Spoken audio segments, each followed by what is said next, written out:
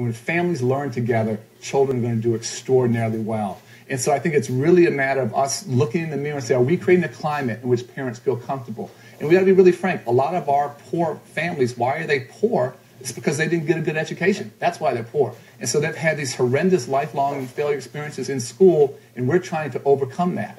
And so it takes knocking on doors. It takes doing outreach. It takes bringing them in. But when you do it and when you provide real opportunities and real engagement, if you have a parental board to help shape what's going on, they will come in droves. They will come in droves. If food helps, you got to feed people.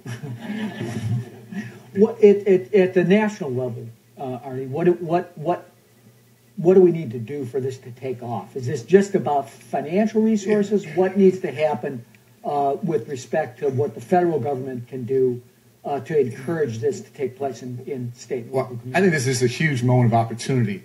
What needs to happen is we need to fundamentally agree that 6 hours a day, 5 days a week, 9 months a year is broken. That's it's a 19th century model. It doesn't work. I keep saying it's based upon an agrarian economy, and our kids aren't working the fields anymore. And so what we have to do collectively is say every school, and Children's Aid Society is here, Jane Quinn has done great, every school, just as they made a commitment in Great Britain, every school needs to be open these extended hours. And this can't be sort of a separate program. This has to be embedded in everything we do. So when we talk about Race to the Top, when we talk about school improvement grants, we have unprecedented discretionary resources to invest. One of the biggest things we can do is get more time and use these resources to extend what we're doing. This is not just about more money. It's about thinking differently. If we invite the YMCAs in and the Boys and Girls Clubs in and don't charge them rent, we all save money. So it's part of it is resources. Part of it is just simply a different mentality, and that the current model of a school doesn't work for middle-income kids, doesn't work for poor children, doesn't work for two-parent families, doesn't work for single moms. It doesn't work for so many of our children who are basically going home to no-parent families. It's a broken model, and why we continue to perpetuate it doesn't make sense. Did the community schools in Chicago stay open during the summer? Yes. Yeah, you got 11, 12 months out of the year. And again, we don't need any more studies on summer reading loss. Right. We know we get poor kids to a certain point in June, and they come back to us in September further behind than they left. That's heartbreaking. Why do we permit that to continue to happen?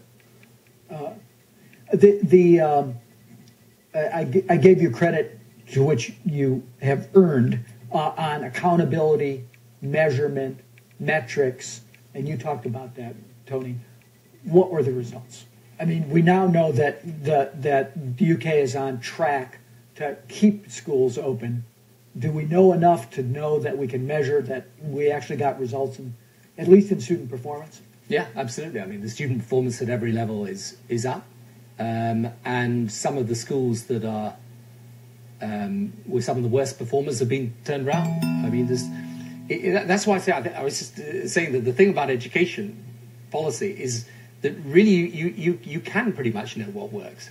Doing it is very hard, but we, when we track back now and look at the results in key schools, you can see those results very clearly. And extended schools have been, as we call them, have been a big success. I think we've been joined by Congressman Hoyer, who I'm going to introduce in just in a few minutes, but I think we got time for one or two questions from the audience. So, please. Please introduce yourself. My name is John Lane. I am a member of George Washington University's radio, The Political Pulse, and I'm a student.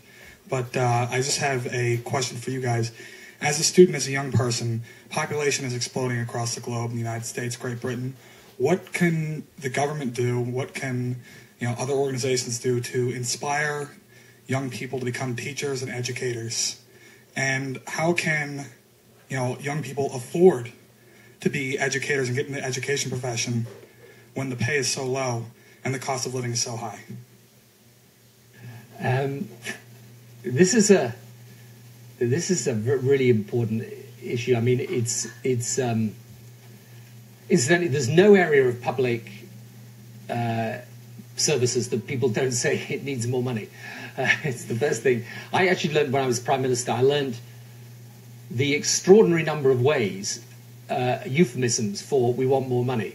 It would be we need more support. You'd have whatever. And actually in the UK we were lucky in that we were able to offer a substantial uplift in teachers' pay. But I think there is something else which, quite as irrespective of pay, it is the designation of teaching as a really important thing in the community.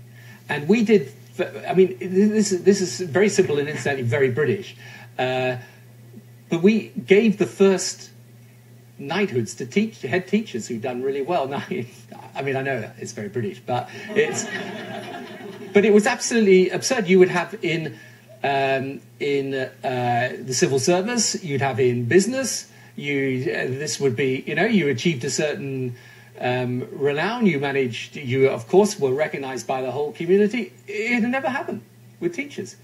We set up a national college of leadership for teachers. We also introduced a far greater flexibility. I mean, sometimes, you know, it really was a kind of Buggins turn as to how you progressed up the ladder before you managed to become a principal. Actually, if someone's a great educator and they're able to get there earlier, they should get there earlier. So I think it's also about the value you attach to that. And the other thing I think is this, and I think this is really important, and maybe this again is a very specifically British thing, but, you know, and I was very much of the view, as I said in my remarks, that the teachers should not have a veto.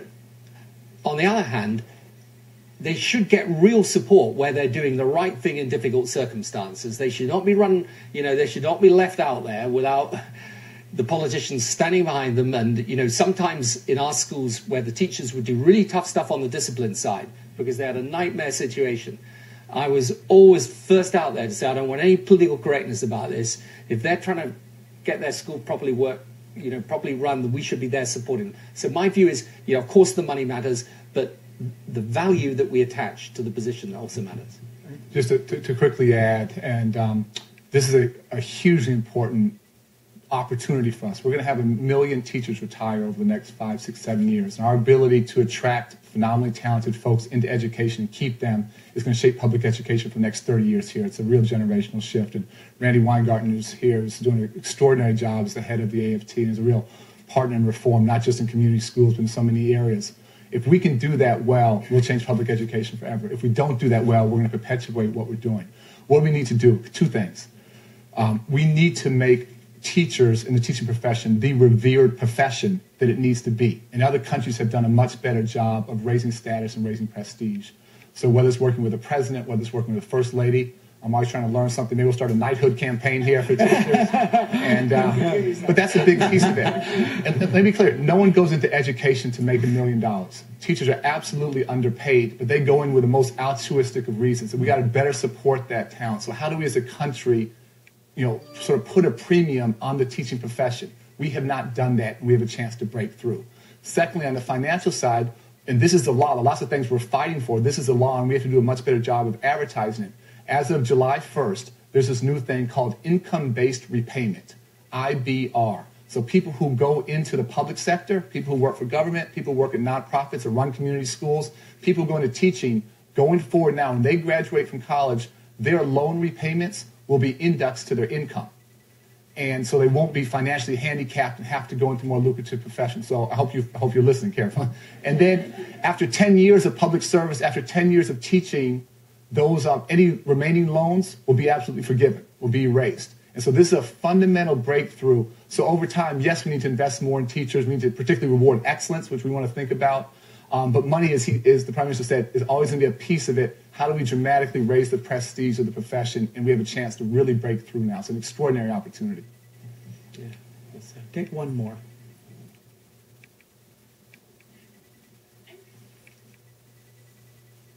I'm Kavita Kadusa with WAMU Public Radio.